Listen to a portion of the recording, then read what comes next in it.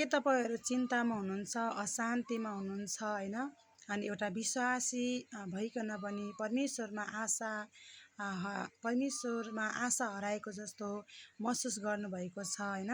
अनि एउटा मेरो कुराहरू अब हुँदैन, प्रार्थनाको सुनाइ हुँदैन भनेर तपाईँ चिन्तामा हुनुहुन्छ, फिक्रीमा हुनुहुन्छ अनि अशान्तिमा हुनुहुन्छ भने तपाईँहरूलाई मैले उत्साहको एउटा वचनको खण्ड ल्याएर आएको छु।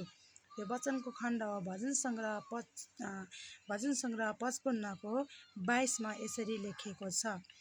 तिम्रा चिन्ता र फिक्री परमप्रभुमा राख, तिम्रा चिन्ता र फिक्री परमप्रभुमा राख र उहाँले तिमीहरूलाई सम्हाल्नुहुनेछ भनेर लेखिएको छ।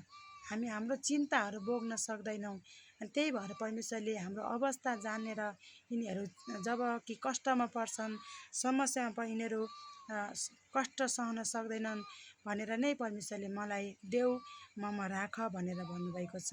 अनि हाम्रा जब कि हाम्रो जीवनमा समस्या आउँछ अनि चिन्ता फिक्रीका कुराहरू आउँछन्, हामी परमेश्वरको शरणमा गयौँ भने परमेश्वरले हामीलाई चिन्ताहरू हटाएर उत्साहमा र शान्तिमा हामीलाई राख्नुहुन्छ।